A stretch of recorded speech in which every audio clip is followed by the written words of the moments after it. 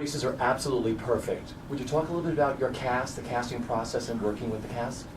Well, with the cast, the only cast member I actually knew was Elijah because I'd worked with him before. Yeah. And I kind of knew when we started working on it and started casting, which was ways into it, that I wanted Elijah to play the part of Sonny. But I knew I had a lot of other people who had to, sign off on the casting sessions. But I kept pushing him along, and they would say, well, we don't think Elijah's right. I said, keep going and keep going. Anyway, the other ones, it was, a different thing. My part of the casting was mainly listening to the actors and then listening to them sing. And so out of that, we picked the best. The best actors and the best singers. And some of them, Alan Cummings I just met 10 minutes ago. But we've been together for 2 years.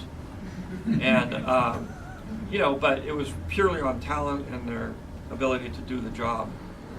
And I think they did a fantastic job. It's beyond anything I could have hoped for. And this woman right here. Hi, Hogan.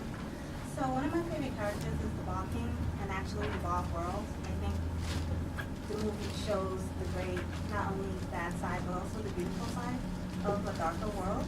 I was curious if there was an inspiration behind either the Bog King or that Bog World that you drew from? Wait a minute, can you say that once again a little louder?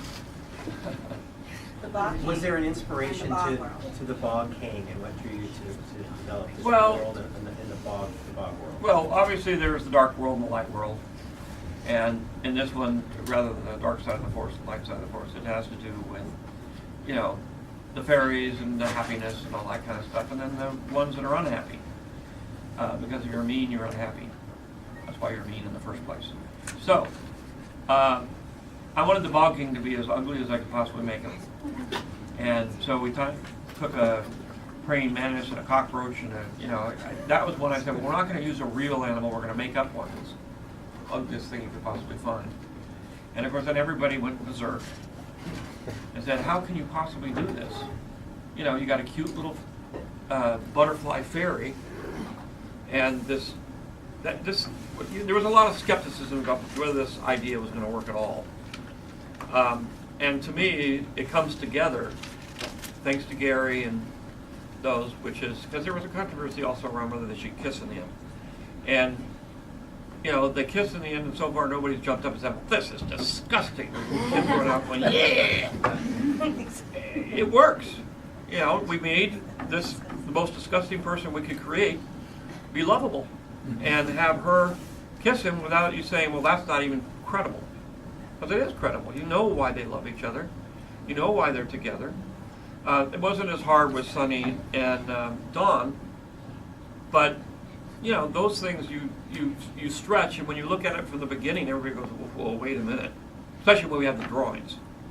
They looked at the drawings and they said, "You're not really going to have this cute little girl fall in love with this ugly old man." And for me, having gone through an experience in life where I got married, got divorced, and then adopted a bunch of kids and raised my kids and went on and was a bachelor for 20 years and had the bachelor life and all that kind of stuff. But, I wanted to get married again, but I knew that the people that I was going out with and stuff they weren't the kind of people I would marry. And I thought, well, I'll never find that person. And I literally had given up and said, it's never going to happen. I just can't. There's no way I could find that person. And then I met my wife, who was completely opposite of me in every possible way. But inside we're exactly the same. It's eerie that we're so much the same. And part of it is, I was obviously quite a ways down the road. This was 8 years ago. But it did influence things. And to say, love is strange. It just is. It's like this funny thing that happens, and it gets beyond, by this time I was way beyond the old infatuation stage, because I was like 60.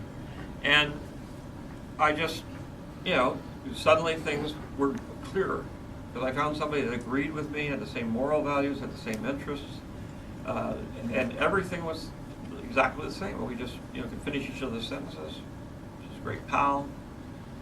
It's just, you know, and I'm just saying that idea is what you're really looking for. We have time for one more question. So who's got the best question? I think this boy right here in the front row. Okay. Why did you make the movie? I made the movie because I wanted to have fun.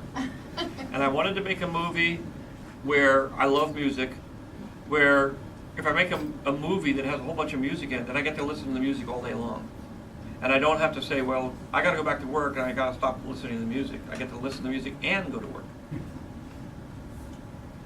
Thank you all. Thank you. Thank you.